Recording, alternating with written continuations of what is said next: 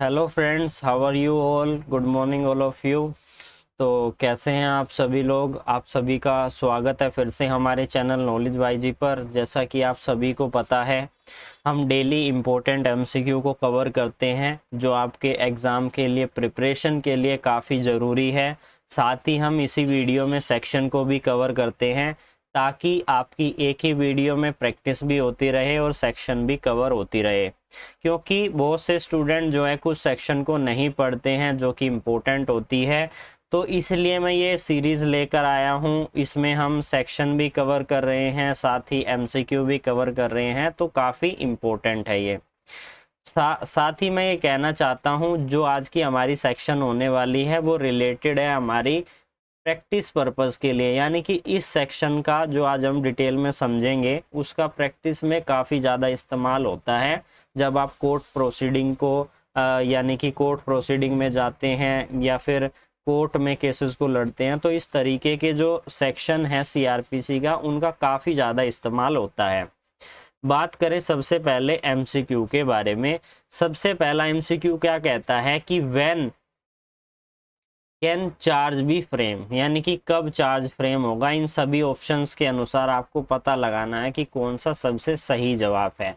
पहला ऑप्शन क्या कहता है, at the stage subject to permit the cross examination of a prosecution witness, यानी कि प्रोसिक्यूशन विटनेस के क्रॉस एग्जामिनेशन को परमिट करने के विषय के किसी भी स्टेज पर।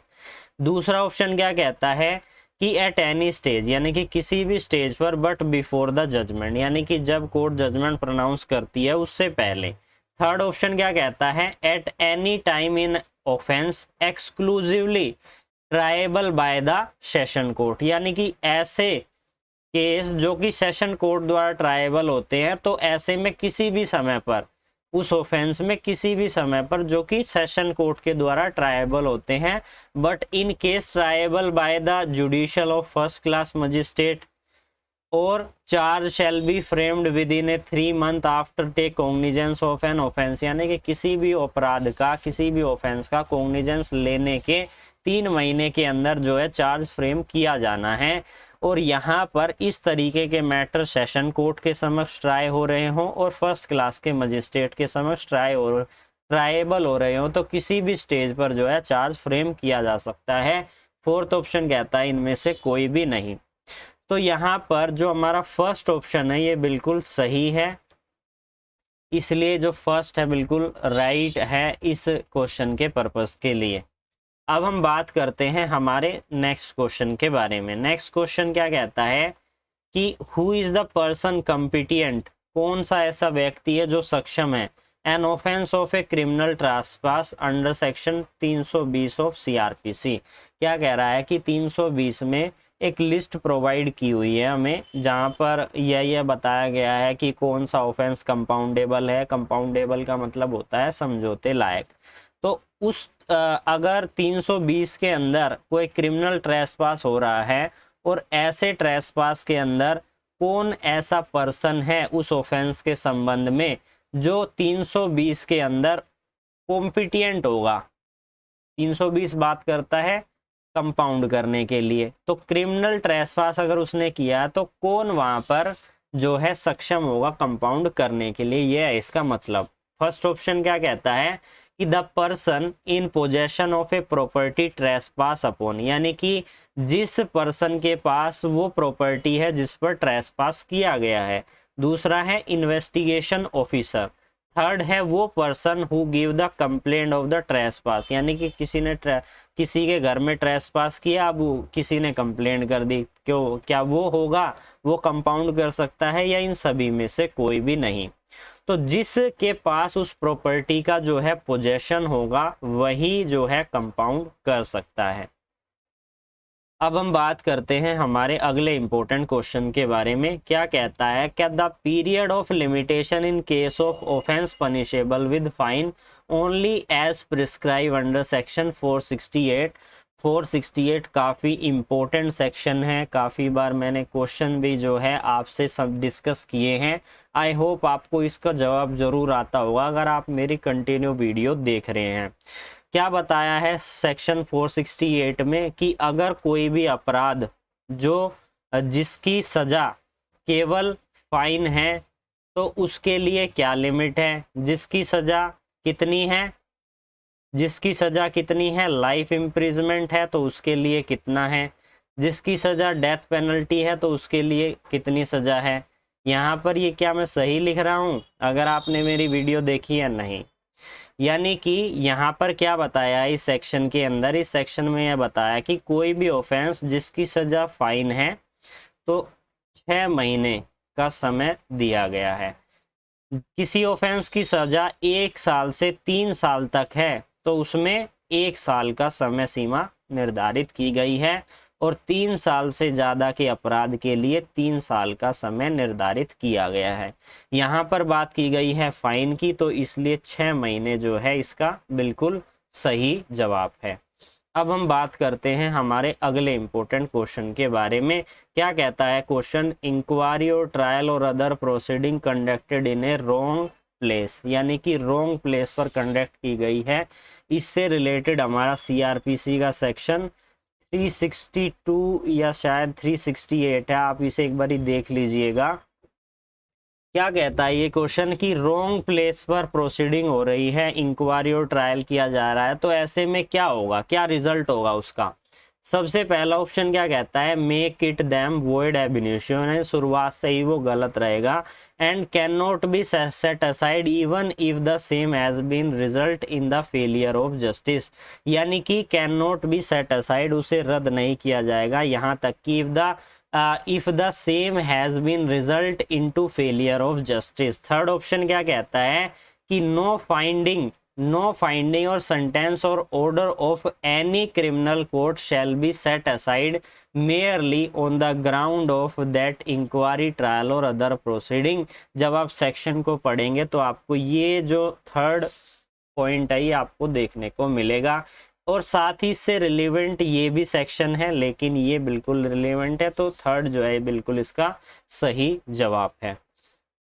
अब हम बात करते हैं हमारे अगले इंपॉर्टेंट क्वेश्चन के बारे में कि इन सभी ऑप्शंस में से कौन सी सेक्शन है इन सभी में से जो बात करती है किसके बारे में, इंक्वायरी और ट्रायल के दौरान अगर कोई भी एक्यूज जो है एब्सेंट हो सकता है। क्या कोई सेक्शन ऐसी बात करती है इन सभी में से, 300, 301, 307 या इन सभी में से कोई भी नहीं है, बिल्कुल इन सभी में से कोई भी नहीं है।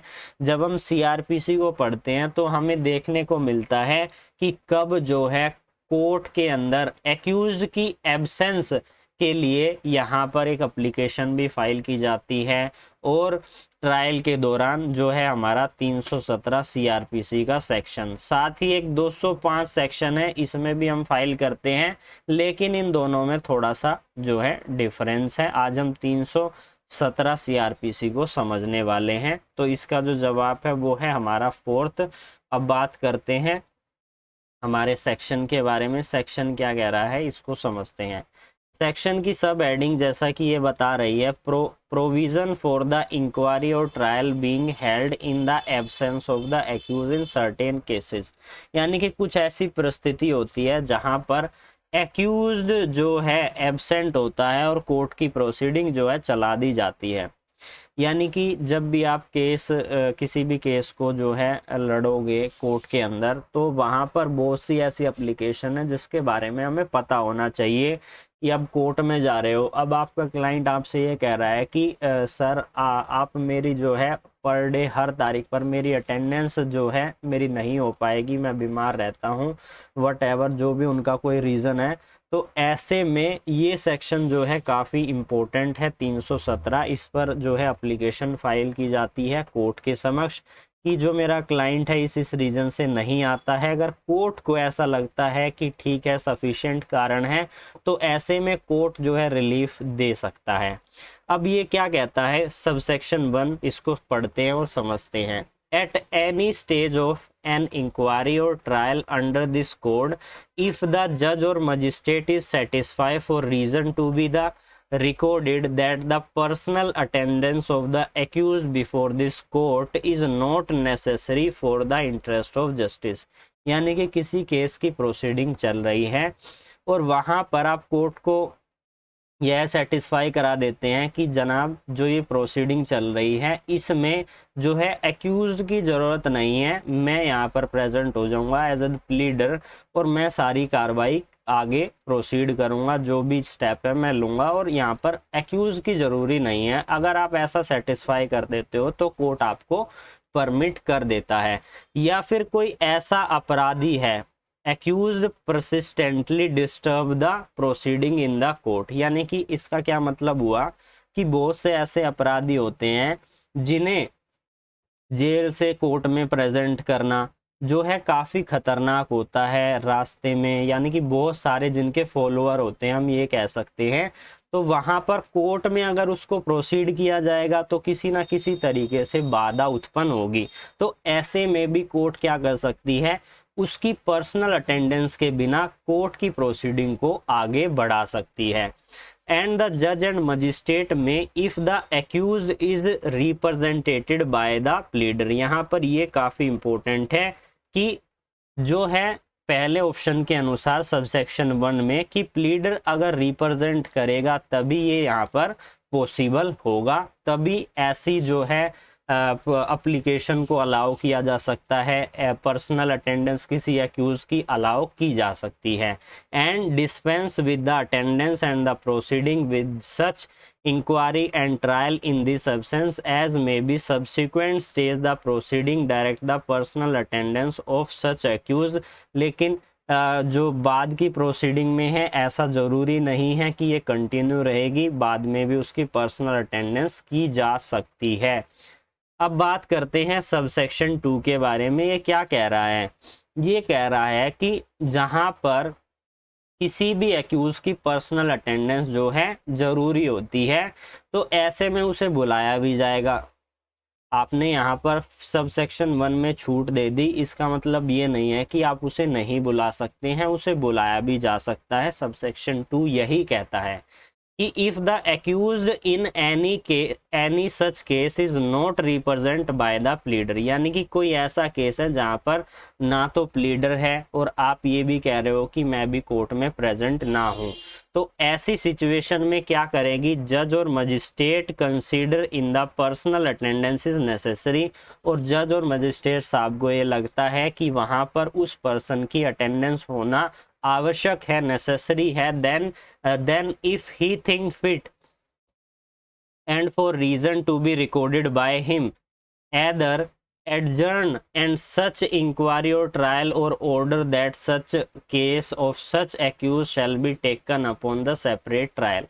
ये क्या कह रहा है, ये कह रहा है कि अगर एक्यूज्ड की पर्सनल अटेंडेंस जरूरी है तो उसे बुलाया जाएगा, और जब प्लीडर उसका रिप्रेजेंट नहीं कर रहा है ऐसे केस में, और कभी कभी कुछ ऐसी परिस्थिति भी आ जाती है कि वहाँ पर मैटर को एडजर्न भी किया जाता है, यानी कि कुछ समय के लिए स्थगित कर दिया जाता है, क्योंकि उनकी प्रवृत्ति को देखते हुए बहुत से एक्यूज ऐसे होते हैं जिसकी फैन फॉलोइंग हम कहें, यानी कि कोई संत बाबा है या कोई नेता है, तो ऐसे केसेस में यहाँ पर जो है उनके जो समर्थक होते हैं वो क्या करते हैं, उसे कोर्ट में आने से रोकने की कोशिश करते हैं।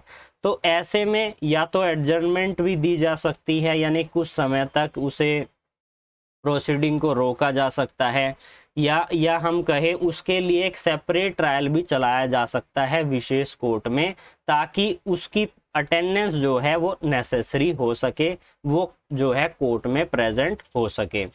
तो गाइज आज हमने इस वीडियो में इम्पोर्टेंट सेक्शन के साथ जो है एमसीक्यू को कवर कर लिया है। फिर मिलेंगे एक न्यू लेक्चर में, तब तक के लिए जुड़े रहिए अमित कुमार नॉलेज भाई जी के साथ।